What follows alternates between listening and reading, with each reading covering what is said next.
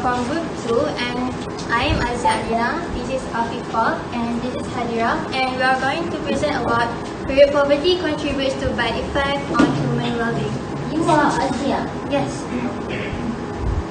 So, for introduction, you must be wondering what is period poverty. So, let me enlighten you that period poverty is the lack access of menstrual product, menstrual hygiene, education, finance, waste management, or any of these combination to manage period. It is estimated that almost 500 million people are affected by this issue, and that could be your mother, your sister, or even your other relatives without you even knowing. So let me fast forward to 2022.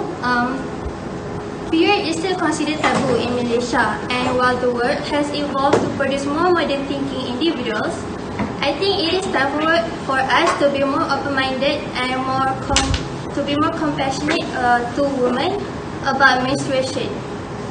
So, hence, therefore, it is inevitable that period poverty can lead to negative result on human being in various aspects, such as the involvement of women in transactional sex, mental health issue, and also reproductive tract infections. So for my argument 1, transactional sex. So how can this happen? So this happen because of poverty. The study commonly known as Africa, where 70% of individuals living there are living below the poverty line. So this ushered them to desperately in need for money to survive in their daily life, and for women, this is an easy target for them because they could easily toss away their virginity to some other man that could toss away some bucks to them and use that money to buy period products. Other than that, how can this transactional sex happen is because of poor judgment ability of adults. We all know that period happen to adults as age of 9 until 12. So this involve a big transition between childhood and also adulthood. So big hormonal change happening here. So they have a poor judgment ability on what is right, on what is wrong. So men, they see this as an easy target to manipulate this younger girl to involve in transactional sex. And also, it is some study also proven that men are more manipulative than women. So they could easily trick these younger girls to involve in transactional sex for their own benefit. So I will pass to the next argument to Sister HADIRAH. Assalamualaikum everyone, my name is BALQIS, and I will proceed with the second argument. Secondly, period poverty make menstruators prone to have mental health issues. It is generally recognized that unmet menstrual hygiene needs of women and girls around the world can have a negative influence on mental health, considering menstrual hygiene is an essential need for women.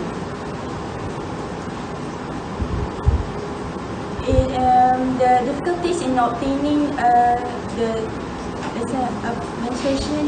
menstruation hygiene includes the lack of access to safe, clean facilities, as well as affordable menstruation supplies such as tampons and sanitary pads. Besides, period poverty consequently affects women's mental health when menstruation is correlated with stigma and shame. The idea of menstruation is a shameful thing and not something that we can tell others. Results in lack of menstruation knowledge and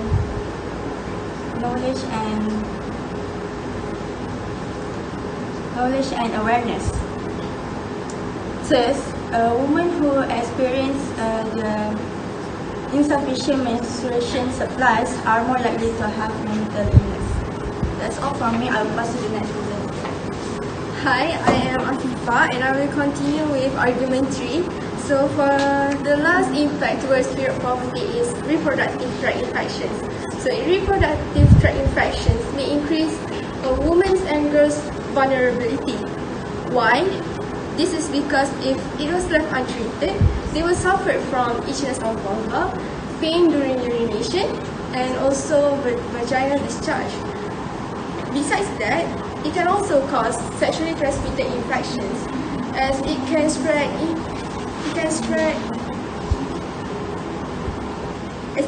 human immunodeficiency virus, which is a huge problem to all of us.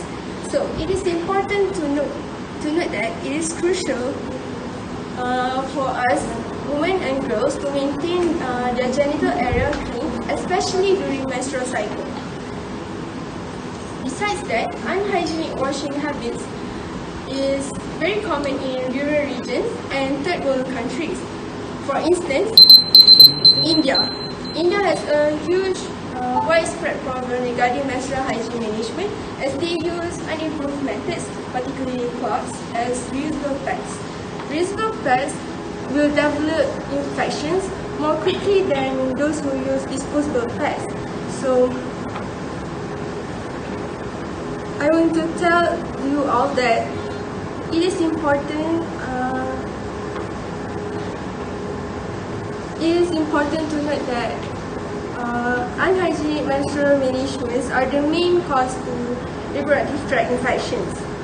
So to sum up our presentation today, period poverty is unavoidable and it can cause detrimental impacts to other people in a variety of ways, including women's involvement in transsexual sex, mental health issues, and reproductive tract infections. So, in Islamic perspective, there is a hadith from the Prophet's wife Aisha.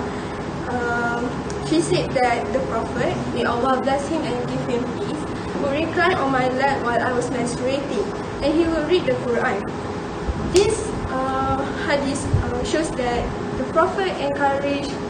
Prophet discouraged any stigma among women on their periods, but instead he encouraged others to treat them as normal people, instead of seeing them as dirty or punish them.